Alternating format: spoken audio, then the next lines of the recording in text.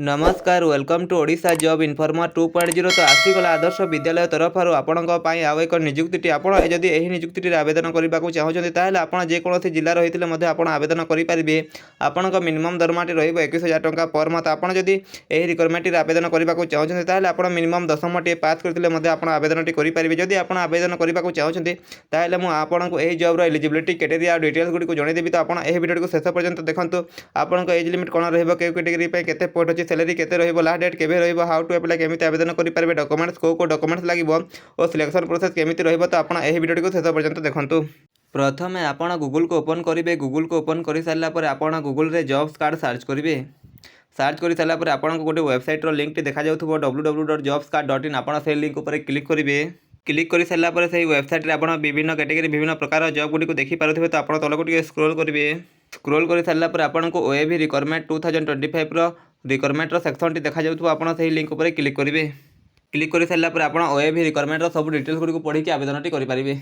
OAB requirement 2025 details Gudi देखा गले name of the organisation आपण ओडिशा आदर्श विद्यालय ओएबी अनुगुल जिला तरफ रहिबो। टाइप ऑफ जॉब कॉन्ट्रैक्चुअल रहिबो। कैटेगरी देखा गले ओडिशा गवर्नमेंट जॉब रहिबो। नेम ऑफ द पोस्ट आपण वार्डन पोस्ट रहिबो। हेड कुक पोस्ट रहिबो। असिस्टेंट कुक पोस्ट रहिबो। चौकीदार कम स्वीपर पोस्ट रहिबो। मोड ऑफ एप्लिकेशन आपण ऑफलाइन माध्यम रे स्पीड पोस्ट कि रजिस्टर माध्यम रे आवेदन करि पारिबे। Who can apply all Odisha candidate आपण आवेदन करि पारिबे। प्लेस ऑफ द पोस्टिंग देखा गले आपन ओडिशा रे ही अनुगुल जिले में ही रही। ओडिशा अनुगुल जिले में ही आपन पोस्टिंग रही। लास्ट डेट टू अप्लाई आपन 10 डिसेंबर 2025 अच्छी। तो आप 10 डिसेंबर 25 2000 आगु ऑफलाइन माध्यम स्पीड पोस्ट कि रजिस्टर माध्यम आवेदन करनी। ऑफिशियल वेबसाइट रहा अनुगुल.odisha.government.in। आप वेबसाइट को विजिट करके ऑफिशियल नोटिफिकेशन टी डाउनलोड करेंगे और अप्लाई करेंगे। जेंडर बोथ मेल और फीमेल कैंडिडेट होते आप आवेदन करेंगे। OAB requirement 2025 eligibility criteria Gudi को देखा गले एजुकेशनल क्वालिफिकेशन जदि आप वार्डन पोस्ट पर आवेदन करने को चाहते हैं आप बीए कि बीएससी फ्रॉम रेकग्नाइजेशन यूनिवर्सिटी आप जेकोसी रेकग्नाइजेशन यूनिवर्सिटी बीए कि बीएससी डिग्री कंप्लीट करते आप वार्डन पोस्ट पर आवेदन करेंगे। चौकीदार कम स्वीपर पोस्ट पर जब आप आवेदन करने को चाहते हैं मस्ट पास एचएससी एग्जामिनेशन आप मिनिमम 10टी पास करते आप चौकीदार कम स्वीपर पोस्ट पर आवेदन करेंगे। हेड कुक पोस्ट पर आप कौन भी क्वालिफिकेशन मागी ना आपण कुकिंग एक्सपीरियंस हो आप आवेदन करेंगे। और असिस्टेंट कुक कौन भी क्वालिफिकेशन मागी ना आप कुक एक्सपीरियंस हो आप आवेदन करेंगे।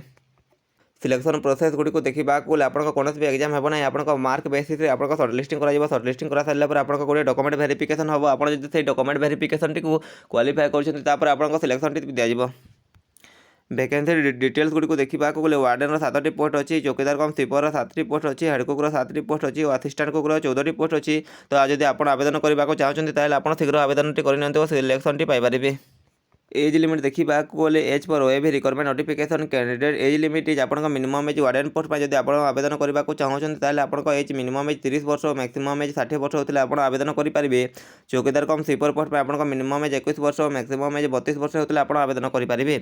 और हेड कुक पोस्ट पर जब आप आवेदन करने को चाहते हैं आपको मिनिमम एज 30 वर्ष मैक्सिमम एज 40 वर्ष होते आप आवेदन करेंगे। असिस्टेंट कुक आपको मिनिमम एज 21 वर्ष मैक्सिमम एज 32 वर्ष होते आप आवेदन करेंगे। एज रिलैक्सेशन एज पर गवर्नमेंट रूल हिसाब से ओबीसी कैटेगरी होता आपको 3 वर्षर एज रिलैक्सेशन दिया। एसटीएस होता आपको 5 वर्षर एज रिलैक्सेशन दिया। एक्स सर्विस मैन होता आपको 5 वर्षर एज रिलैक्सेशन दिया। पीडब्ल्यूडी सहित एसटीएस होता आपको 15 वर्षर एज रिलैक्सेशन दिया। इंपोर्टेंट डेट गुड़ी को देखा गले अप्लाई स्टार्ट डेट आपको 18 नवेम्बर 2025 अप्लाई स्टार्ट हो जाए। अप्लाई लास्ट डेट रही आपको 10 डिसेम्बर 2025। तो आप 10 डिसेम्बर 2025 आगर शीघ्र आवेदन करेंगे स्पीड पोस्ट कि रजिस्टर माध्यम। एप्लिकेशन फी गुड़ी को देखा गले आपको जनरल ओबीसी डब्ल्यूएस कैटेगरी आपको कौन भी एप्लिकेशन फी लगे ना आप फ्री आवेदन करेंगे। एसटीएससी वोमेन कैंडिडेट होते आपंठ कौन भी एप्लिकेशन फी लगे ना आप मागणार आवेदन करेंगे। आप जेकोसी कैटेगरी होते आपको कौन भी एप्लिकेशन फी लगे ना आप फ्री आवेदन करेंगे।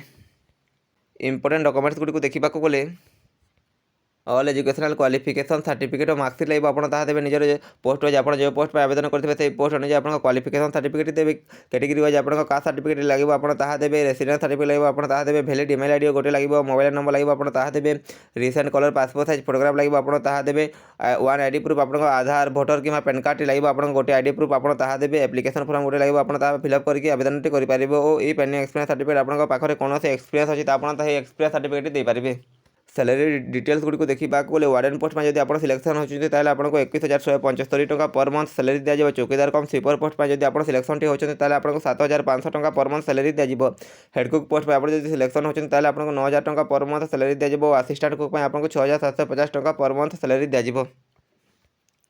प्रथम आपण अनुगुल जिलार ऑफिशियल वेबसाइट को विजिट करेंगे। विजिट कर सारापर आपन को गोटे ओएबी रिक्वायरमेंट सेक्शन टी देखा जाऊँ आप क्लिक करेंगे। क्लिक कर सारापर आप ऑफिशियल नोटिफिकेशन टी को डाउनलोड करेंगे। नोटिफिकेशन टी को डाउनलोड कर सारापर आपन एप्लिकेशन फॉर्म गोटे प्रिंट आउट काढ़ी ने। काढ़ी सारापर से प्रिंट आउट को काढ़ी सारापर से एप्लिकेशन फॉर्म निजर डिटेल्स गुड़ी को देकी निजर application qualification certificate photo signature photo गोटे गोटे जेरक्स करके अटैच करेंगे। अटैच कर सारापर आपन अनुगुल जिलार ऑफिशियल वेबसाइट कि एड्रेस थी आप एड्रेस निजर डॉक्यूमेंट्स गुड़ी पठे पारे जोटा कि आप स्पीड पोस्ट कि रजिस्टर माध्यम पठे पारे। यही वीडियो रे आपन को किसी इनफॉरमेशन मिली ताहेले आपन यही वीडियो को लाइक करके आम चैनल को सब्सक्राइब करदेवे एमती जॉब अपडेट वीडियो देखा।